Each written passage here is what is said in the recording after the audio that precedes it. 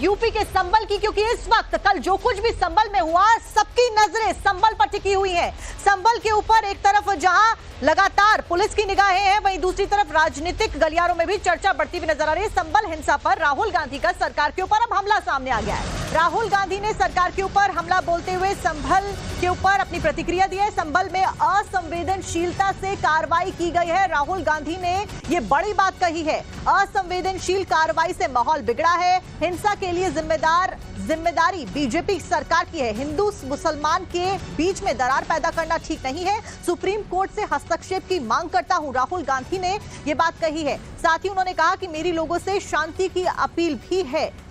तो देखिए, फिलहाल एक्स पोस्ट भी आप अपनी स्क्रीन पर देख रहे हैं, जहां पर राहुल गांधी ने एक्स के जरिए, प्लेटफॉर्म के जरिए अपनी प्रतिक्रिया साझा की है। संभल में जो कुछ भी कल हिंसा हुई, पत्थरबाजी हुई, आगजनी हुई, उस सब के ऊपर राहुल गांधी की ये प्रतिक्रिया। संभल हिंसा पर राहुल गांधी ने लिखा कि असंवेदनशीलता से कार्रवाई की गई है, असंवेदनशील कार्रवाई से माहौल बिगड़ा है। हिंसा के लिए जिम्मेदार बीजेपी सरकार है। तो बीजेपी सरकार को आड़े हाथों लेते हुए यहां पर एक्स प्लेटफॉर्म पर यह पोस्ट फिलहाल आप अपनी स्क्रीन पर देख रहे हैं।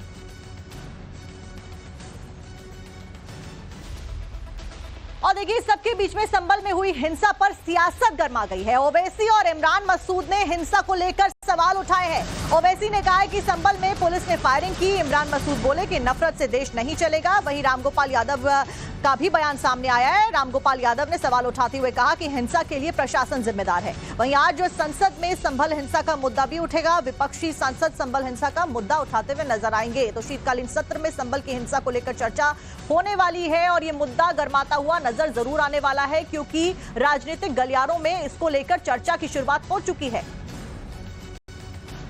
कई लोग मारे गए वहाँ का जिला प्रशासन पूरी तरह इसके लिए दोषी है। एक बार सर्वे हो चुका था, दोबारा 6 बजे डीएम लेके पहुंच गया वहाँ पे, और किसी पक्ष को जज ने फैसला दिया, जो न आदेश दिया उसमें दूसरे पक्ष को न बुलाया न जानकारी। ऐसा कभी होता नहीं। अगर इस तरह से होगा, इस तरह से जज फैसले करने लगे, सारे देश में आग लगा देंगे ये लोग। तो सर, आप संभल वाला इशू उठाएंगे? बिल्कुल उठाएंगे। मैंने 267 का नोटिस दिया है। हाउस सारी कार्रवाई रोक के संभल के इशू पर चर्चा होनी चाहिए। दोषी लोग कार्रवाई करें। तो कई लोग मारे गए, 3 तो केवल दिखाए जा रहे। सीधी गोली चला रहे थे, आपने देखा होगा। कह रहे थे पुलिस वाले गोली चलाओ, सब लोग गोली चलाएं। इमरान मसूद हमारे साथ है बात करने के लिए। इमरान भाई, संभल में जो हुआ उसके बाद अब इंटरनेट बंद कर दिया गया है, 3 लोगों की मौत हो चुकी है। अब तक जो आंकड़े निकल कर आ रहे हैं, 5 और लोगों की गिरफ्तारी है, जिसमें महिला भी शामिल है। पुलिस का ये कहना है कि महिलाएं छत के ऊपर से पत्थरबाजी कर रही थी। क्या सर्वे जो कोर्ट का आदेश था, उस आदेश का पालन जब हो रहा था, पुलिस वहां खड़ी थी, जो ये हिंसा हुई है उस पर क्या कहेंगे आप? देखिए, कोर्ट का आदेश था, पालन हो रहा था, पहले भी हुआ था, उसमें कुछ नहीं हुआ। लेकिन कोर्ट के आदेश के बाद दूसरे असामाजिक तत्व जाकर के गाली देंगे और नारे लगाएंगे और उकसाने का काम करेंगे। खुले वीडियो हैं इनके। ये सीधे सीधे प्रायोजित दंगे हैं। इनका एजेंडा है 1991 के वर्शिप एक्ट को पूरी तरह से दरकिनार कर दिया। इसका सुप्रीम कोर्ट को स्वतः संज्ञान लेना चाहिए। ये देश के अंदर मतलब मुझे बहुत खराब हालात दिखाई दे रहे हैं कि देश को कहां लेकर के जाना चाहते हैं। ये नफरतों के नाम पर कहां लेकर के जाएंगे, कहां लेकर के जाएंगे? ये सेकुलर देश है, ये धर्मनिरपेक्ष देश है। इस देश के अंदर सभी लोगों को अपने धर्म के मानने की आजादी है। आप रोज नफरत के नाम के ऊपर कहां देश को बर्बाद करने के ऊपर लग गए। संसद का आज पहला दिन है सत्र का। कई जो दूसरे सांसद हैं वो भी इस पर नोटिस दे रहे हैं। आईयूएमएल के सांसद हैं वो भी। मैं नोटिस दे चुका हूँ। मेरा नोटिस है इसके ऊपर। मेरा आज नोटिस है, मैंने नोटिस दे दिया 0 आवर में नोटिस दिया है मैंने। मेरा नोटिस है आज। क्या एज ए सांसद, क्योंकि उत्तर प्रदेश का मामला है, लॉ एंड ऑर्डर का मामला है, क्या संसद में आप उम्मीद करते हैं इस पर? देखिए, हमारा काम देश कानून से चलेगा, कानून का राज चलेगा। कानून का राज नहीं है, कानून को दरकिनार कर दिया। एक पूरी की पूरी कम्युनिटी को बिल्कुल साइडलाइन करने की तैयारी आप कहां लेकर के जाएंगे? 25 करोड़ लोगों को आप इस तरह से साइड में 25 करोड़ लोगों को लगाने जा रहे हो, तो क्या करोगे देश के अंदर? देश में अगर इनकी भागीदारी नहीं होगी, इनकी हिस्सेदारी नहीं होगी देश के विकास के अंदर, देश के निर्माण के अंदर, आप एक तरफा इनके ऊपर इस तरह से कार्रवाई कर करके आप इनको साइडलाइन करने की कोशिश कर।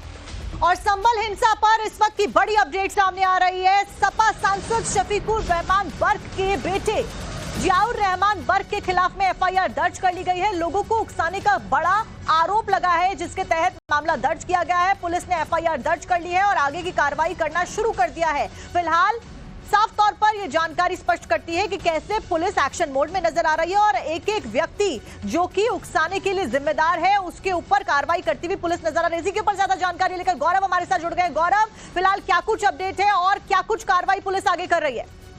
देखिए, मैं ये अपने दर्शकों को एक्सक्लूसिव जानकारी दे रहा हूं। पुलिस इस मामले में थोड़ी देर में आधिकारिक बात बताएगी। जो यहां से स्थानीय सपा सांसद हैं जियाउर रहमान बर्क, उनके खिलाफ मुकदमा दर्ज किया गया है भीड़ को भड़काने उकसाने के मामले में।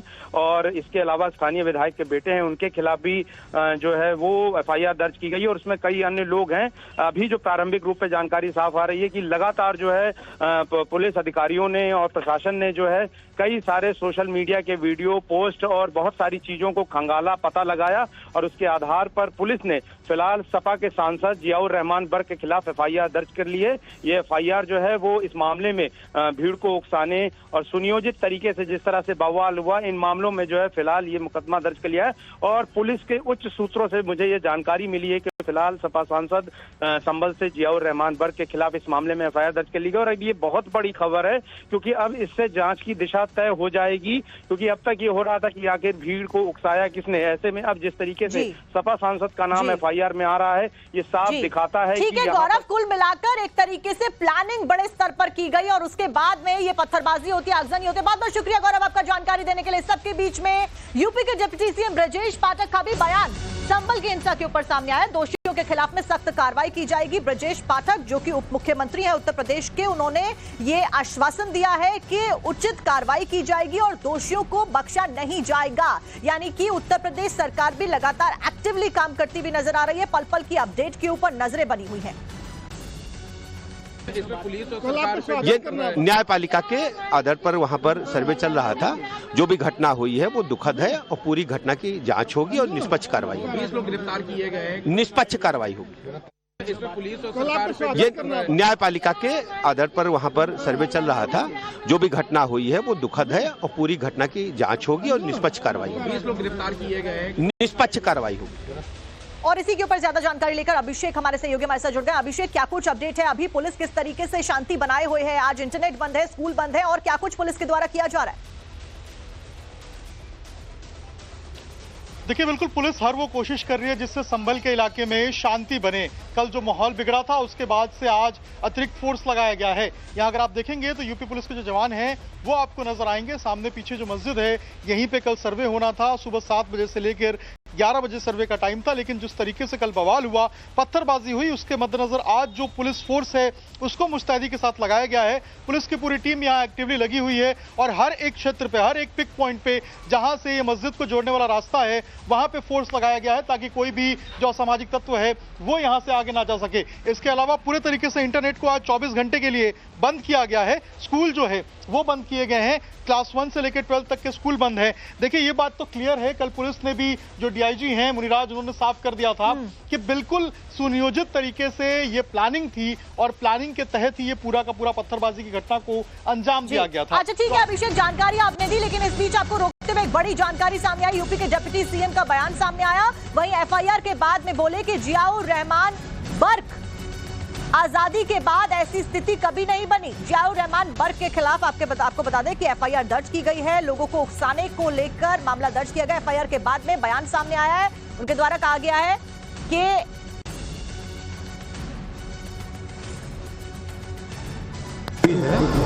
मतलब इतनी अफसोसजनक है कि जिसका कि मैं आपके सामने बयान भी नहीं कर सकता। ये एक प्री प्लान घटना है और अफसोस की बात यह है कि इसमें ख़ास तौर से मुस्लिम समाज के लोगों को जो टारगेट कर करके काम किया जा रहा है इस प्रदेश और देश के अंदर, इससे ज़्यादा बुरा हाल शायद आज़ादी के बाद में कभी नहीं हुआ होगा। और जिस प्रकार प्लेसेस ऑफ वर्शिप एक्ट का उल्लंघन किया जा रहा है, जब पार्लियामेंट ने एक कानून बना दिया 1991 में कि 1947 15 अगस्त से जो धार्मिक स्थल मस्जिद नहीं, जो भी धार्मिक स्थल अस्तित्व में है उनके साथ किसी प्रकार की कोई छेड़खानी नहीं होगी, वो अपने उसके अंदर ही रहेगा। लेकिन उसके बावजूद कि जगह जगह याचिकाएं दारी जा रही हैं और सेम डे पर उसमें आदेश हो रहे हैं। सर्वे और डीएम और एसपी ने उसी दिन जाकर के सर्वे कराया और सर्वे करा करके हमने बहुत सुकून के साथ सर्वे फिर भी हमने करा लिया। लेकिन जो जुमे के दिन जब नमाज का वक्त था तो बहुत पुलिस फोर्स तैनात की, लोगों को नमाज पढ़ने से रोका गया वहाँ पर। उसके बावजूद हमने कहा कि कोई किसी प्रकार की कोई कदम उठाने की जरूरत नहीं है, आप नमाज पढ़ें, जो लोगों को नहीं पढ़ने दे रहे वो दूसरी मस्जिद में पढ़ लें। लेकिन जिस दिन ये घटना कल घटित करी है, जबरदस्ती मैं पूछना चाहता हूँ दोबारा सर्वे करने का मतलब क्या बनता था? अगर एक बार सर्वे कंप्लीट हो गया, दोबारा सर्वे करना चाहते थे तो कोर्ट का आदेश लाते, लेकिन फिर भी उन्होंने सर्वे किया। और जो लोग वहाँ पर थे, जब सर्वे के लिए ये लोग अंदर पहुंचे तो मॉब के साथ में जय श्री राम और उसके नारे लगाते हुए। तो संभल के सांसद जियाउर रहमान बर्क को आप सुन रहे थे, जिनके खिलाफ एफआईआर भी दर्ज की गई है। और साफ तौर पर अभिषेक, यहां पर भीड़ को उकसाने का आरोप उनके ऊपर लगा है। ऐसे में एक तरफ इस तरीके की बयानबाजी कैसे आगे काम करती हुई नजर आएगी? क्योंकि अगर दिन में सर्वे हो तो दिक्कत है, शाम को सर्वे हो तो दिक्कत है, वीकेंड पे हो तो दिक्कत है, वीकेंड पे ना हो तो दिक्कत है। देखिए, ये समझना पड़ेगा कि जो सर्वे है हुआ था, कोई आया और अचानक से सर्वे करके चला गया। इसमें जो जामा मस्जिद है, शाही जामा मस्जिद, उनके जो इमाम हैं, उनकी सहमति ली गई थी, उनको बताया गया था, सारे पक्षकारों से बातचीत की गई थी और कोर्ट ने आदेश दिया, तब जाके ये सर्वे हुआ था। इसके अलावा जब यहाँ पे सर्वे की टीम पहुंची थी सुबह में, तो उतनी ज्यादा भीड़ नहीं थी, लेकिन धीरे धीरे जैसे जैसे दिन बढ़ता गया था, 8-9 बजे के आसपास पीछे ये मस्जिद आप देख रहे हैं, शाही जामा मस्जिद, इस मस्जिद के पीछे का जो रोड है, वहां पे धीरे धीरे लोगों का इकट्ठा होना शुरू हो गया था। और उसके बाद 10 बजे के आसपास जो भीड़ थी वो अनियंत्रित हो गई थी और उसके बाद पत्थरबाजी शुरू कर दी गई थी। उसके बाद पुलिस ने रिटेलिएट किया, पुलिस ने लाठीचार्ज किया, लोगों को तितर-बितर करने की कोशिश की। और जब पुलिस कोशिश कर रही थी, जो लोग भाग नहीं रहे थे, मान नहीं रहे थे, तब पुलिस को टीयर गैस शेल्टर्स जो हैं वो छोड़ने पड़े और जो रबर बुलेट्स हैं उसको भी फायर करना पड़ा। कल एसएसपी ने साफ कर दिया, जो एसपी हैं यहाँ के, उन्होंने बिश्नोई ये साफ किया कि किसी भी तरह के लीथल वेपन का इस्तेमाल इस पूरे इंसिडेंट में नहीं किया गया, यानी कि कोई भी वेपन से किसी को मारने की, जान से मारने की कोशिश जो है वो नहीं की गई थी पुलिस की तरफ से। बिल्कुल अभिषेक, पुलिस ने कार्रवाई की और अभी भी लगातार पुलिस कार्रवाई करती हुई नजर आ रही है और सभी के खिलाफ में एक्शन मोड में नजर आ रही है। बहुत बहुत शुक्रिया अभिषेक आपका जानकारी देने के लिए। इस सब के बीच में संभल हिंसा को लेकर प्रियंका गांधी का पोस्ट सामने आ गया। यूपी सरकार का रवैया दुर्भाग्यपूर्ण है, प्रियंका गांधी वाड्रा कहती हुई नजर आई है। सरकार ने खुद माहौल खराब किया, सुप्रीम कोर्ट इस मामले को संज्ञान में ले प्रियंका गांधी वाड्रा ने एक्स प्लेटफॉर्म के जरिए ये पोस्ट किया है। तो एक तरफ जहां भाई राहुल गांधी का पोस्ट अभी आपने देखा संभल की हिंसा को लेकर बीजेपी को आड़े हाथों लेते हुए नजर आए, वहीं बहन प्रियंका गांधी वाड्रा का भी एक्स प्लेटफॉर्म पर यह पोस्ट सामने आ गया। उन्होंने लिखा कि संभल उत्तर प्रदेश में अचानक उठे विवाद को लेकर राज्य सरकार का रवैया बेहद दुर्भाग्यपूर्ण है। पोस्ट भी आप अपनी स्क्रीन पर देख रहे हैं। उन्होंने लिखा कि इतने संवेदनशील मामले में बिना दूसरा पक्ष को सुने, बिना दोनों पक्षों को विश्वास में लिए प्रशासन ने जिस तरह से हड़बड़ी के साथ में कार्रवाई की है, वो दिखाता है कि सरकार ने खुद माहौल खराब किया है। हालांकि सब कुछ कोर्ट के द्वारा किया गया और दोनों पक्ष के लोग भी वहां पर मौजूद थे, उसके बावजूद प्रियंका गांधी का यह बयान सामने आया। और इस सब के बीच में संभल हिंसा को लेकर मौलाना भी एक्टिव हो गए हैं। आपको उल्टा पुलिस पर ही ये सवाल खड़े कर रहे हैं। आपको बड़ी जानकारी दे रहे हैं, संभल हिंसा पर मौलाना महमूद मदनी के आरोप अब सामने आ गए। सरकार और प्रशासन की भेदभावपूर्ण की नीति है। जमीयत उलेमाए हिंद हिंसा का समर्थन नहीं करती है। दरअसल मौलाना मदनी ने युवकों की मौत और हिंसा पर नाराजगी जाहिर करते हुए कहा कि संविधान हर नागरिक को समानता, सम्मान और सुरक्षा का अधिकार देता है। अगर कोई सरकार किसी समुदाय के जीवन और संपत्ति को कमतर समझती है तो यह संविधान और कानून का उल्लंघन है। मौलाना मदनी ने चेतावनी दी थी कि मस्जिदों में मंदिर खोजने की कोशिश देश की शांति और सौहार्द के लिए खतरनाक होगी। और अब उनकी प्रतिक्रिया संभल में जो कुछ भी हुआ उसके ऊपर भी सामने आ गई है। पोस्ट फिलहाल आप देख रहे हैं और मदनी का यह बयान अब सामने आ गया है। और एक बार फिर से अभिषेक का रुख कर लेते हैं। अभिषेक, अलग अलग प्रतिक्रियाएं सामने आ रही हैं, राजनीतिक गलियारों में भी इसको लेकर चर्चा शुरू हो गई है। देखिए, बिल्कुल राजनीतिक गलियारों में इस बात की चर्चा होनी तय थी, क्योंकि कल जिस तरीके से ये पूरा घटना हुआ उसके बाद चाहे सपा की तरफ से रामगोपाल यादव हो या अखिलेश यादव हो, दोनों ने अपने बयान जाहिर किए और उसके बाद जो डिप्टी सीएम है ब्रजेश पाठक यूपी के, उनका भी बयान निकल के सामने आया है। लेकिन जिस तरीके से पुलिस ने साफ कर दिया था कि सुनियोजित तरीके से इस पूरे इंसिडेंट को प्लान करके करवाया गया था, उसमें कहीं ना कहीं इस बात की भनक लग गई थी कि कोई इस पूरे मास्टरमाइंड के पीछे है, कोई दिमाग इसके पीछे लगा रहा है, और उसके बाद ही इस तरीके से हिंसा हुई है। क्योंकि आप समझिए कि जुम्मे के दिन यहां पर शांति से लोग यहां पे आए थे, उस दिन पुलिस फोर्स यहां पे मौके पे मौजूद थी, लेकिन किसी भी तरीके से यहां पे कोई अप्रिय घटना नहीं हुई। इसके अलावा जो पहली बार यहां पे सर्वे हुआ था, उस दिन भी यहां पर काफी संख्या में पुलिस फोर्स थी, उस दिन भी यही सेम रास्ते से जो सर्वे की टीम थी वो गई थी, लेकिन उस दिन भी कोई भी हलचल जो है वहां पे देखने को नहीं मिली थी। तो आखिर ऐसा क्या हुआ कि अचानक से लोग जो है वो पत्थरबाज में तब्दील हो गए और लगातार पत्थरबाजी शुरू हो गई। लगातार जो बच्चे और महिलाएं जिनका नाम निकल के सामने आ रहा है, 2 लोगों को पुलिस ने डिटेन किया, 2 महिलाओं को, और ये भी पता चला है कि जहां से पत्थरबाजी हो रही थी उन घर पे जो हथियार है वो भी बरामद किए गए हैं। अभिषेक, टोटल कितनी गिरफ्तारियां हो चुकी हैं अभी तक? पुलिस ने कितने लोगों को गिरफ्तार कर लिया है, और क्या ये सभी स्थानीय लोग हैं? क्योंकि शुरुआती जांच में बताया जा रहा था कि ये स्थानीय लोग नहीं है, ये बाहरी लोग हैं। लेकिन इस बीच अभिषेक आपके पास लौटेंगे, इस बीच बड़ी जानकारी सामने आ रही है। संभल की घटना पर धीरेन्द्र कृष्ण शास्त्री का बयान सामने आ गया है। उन्होंने कहा है कि पत्थरबाजों के तौकीर रजा जैसे आका है। हैदराबाद वाले भाई साहब भी दंगा चाहते हैं। बड़ा बयान धीरेन्द्र कृष्ण शास्त्री का सामने आ गया है। हैदराबाद वाले भाई साहब भी दंगा चाहते हैं, और साथ साथ में उन्होंने कहा कि देश में गजवाए हिंद चाहते हैं। तो ये बड़ा बयान फिलहाल धीरेन्द्र कृष्ण शास्त्री के द्वारा दिया गया है, बाबा बागेश्वर के द्वारा दिया गया है। हिंदू एकता यात्रा उनके द्वारा मौजूदा वक्त में निकाली क्या मानते हैं कि अभी तक हिंदू जो बंटते रहे, कटते रहे, कौन लोग इसके लिए जिम्मेदार मानते हैं आप? किन लोगों को? राम की यात्रा पर पत्थर फेंकने वाले जिम्मेदार हैं। आज अभी कानून पर संभल में कानून के ऊपर पत्थर फेंक दिए, ये लोग जिम्मेदार हैं।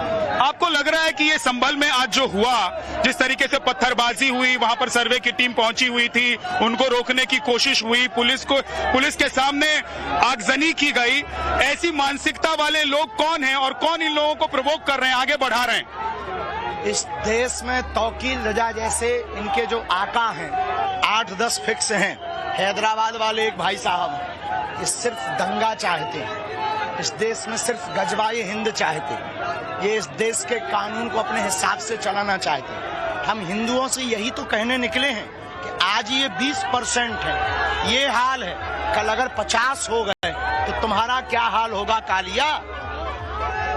बाबा बागेश्वर, आपको लग रहा है कि 50% हो जाएंगे और इस देश में, जिस देश में एकमात्र दुनिया के देश में जहां पर हिंदू बहुसंख्यक हैं, हिंदू अल्पसंख्यक भी हो सकते हैं, 2050 तक अगर हिंदुओं के बच्चे 2 ही अच्छे और चच्चे के 30 बच्चे रहे तो 50% हिंदू बचेंगे।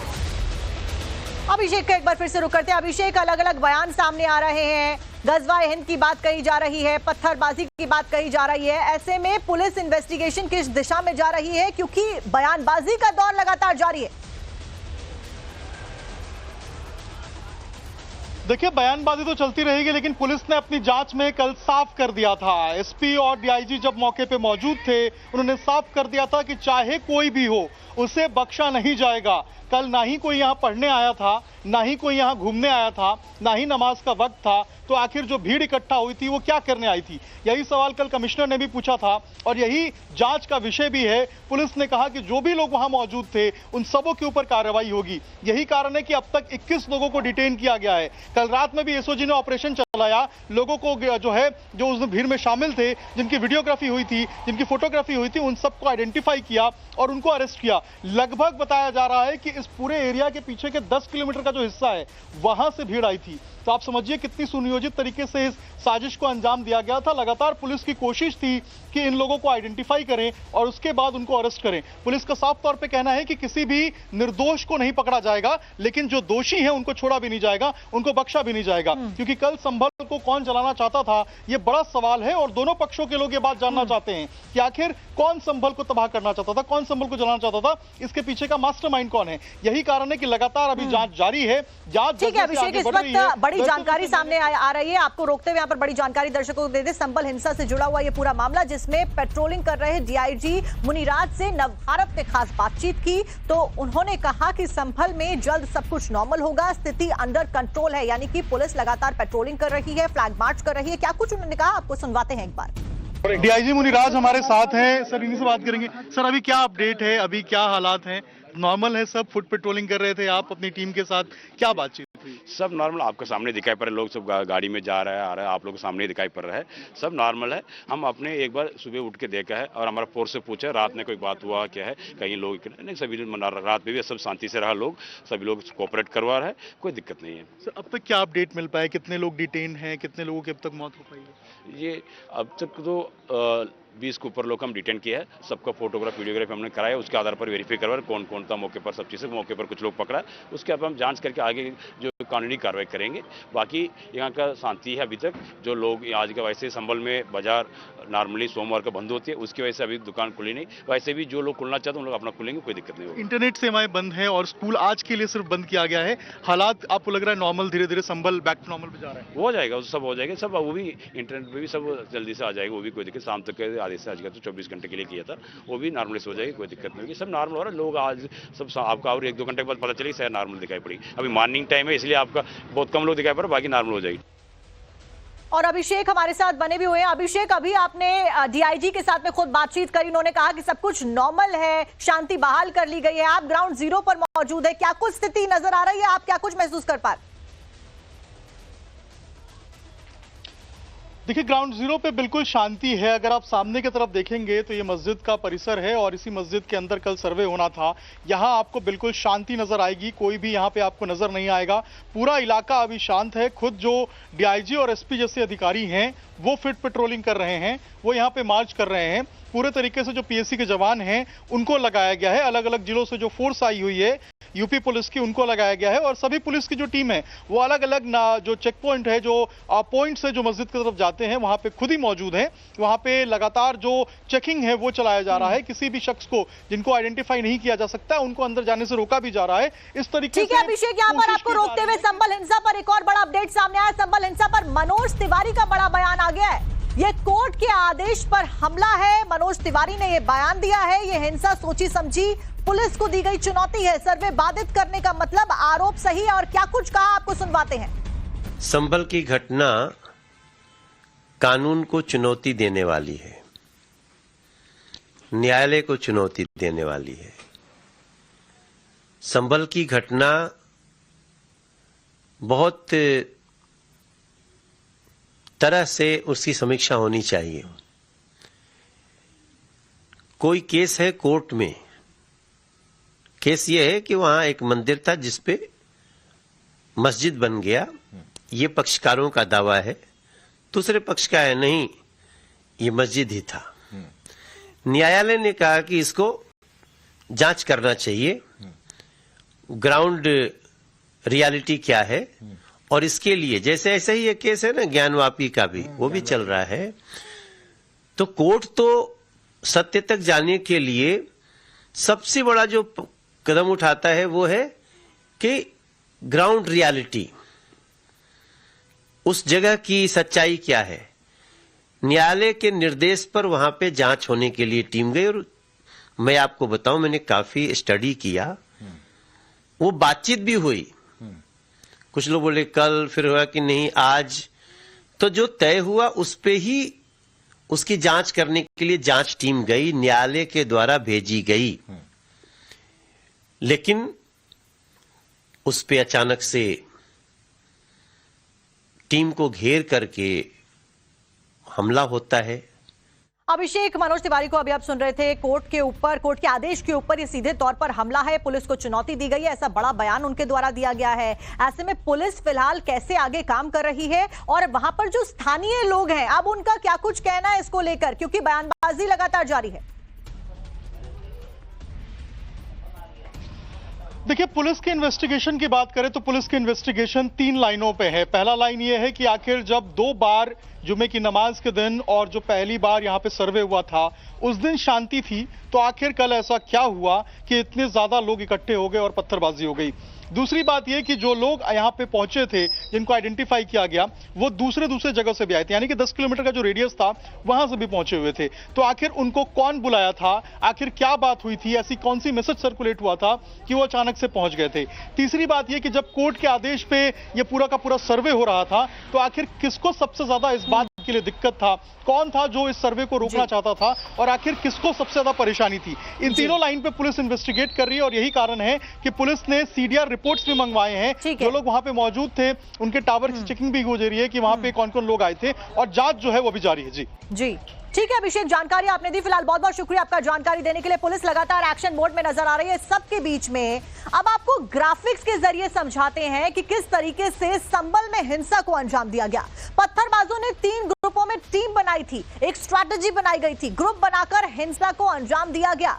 अब ग्रुप वाइज अगर देखें तो पहले ग्रुप से पत्थरबाजी की, दूसरे ग्रुप ने आगजनी की, यानी कि पहला ग्रुप पत्थरबाजी करता रहा, दूसरा ग्रुप आग लगाता रहा, चाहे वो बाइक में हुई, गाड़ियों में हुई, तीसरा ग्रुप इस बीच नकासी इलाके में पथराव कर रहा था। पथराव में महिलाओं, बच्चों का इस्तेमाल किया गया, जो कि आगे खड़े होकर पत्थर मारते हुए नजर आए। घर की छतों से भी फायरिंग हुई है, पुलिस का यह दावा सामने आया है। इस बीच पत्थरबाजी वाले घरों से हथियार भी मिले हैं। पुलिस लगातार इन्वेस्टिगेट कर रही है, लेकिन एक बहुत बड़ा और चौंका देने वाला खुलासा हुआ है कि 3 लेयर थी जिसमें ये सभी लोग पत्थरबाजी कर रहे थे। पहला ग्रुप पत्थर मार रहा था, दूसरा ग्रुप आगजनी कर रहा था, गाड़ियों को, स्कूटर्स को, बाइक को आग के हवाले कर रहा था, वहीं तीसरा ग्रुप नकासी वाले इलाकों में जाकर पत्थरबाजी कर रहा था। छत के ऊपर से भी पत्थर बरसाए जा रहे थे।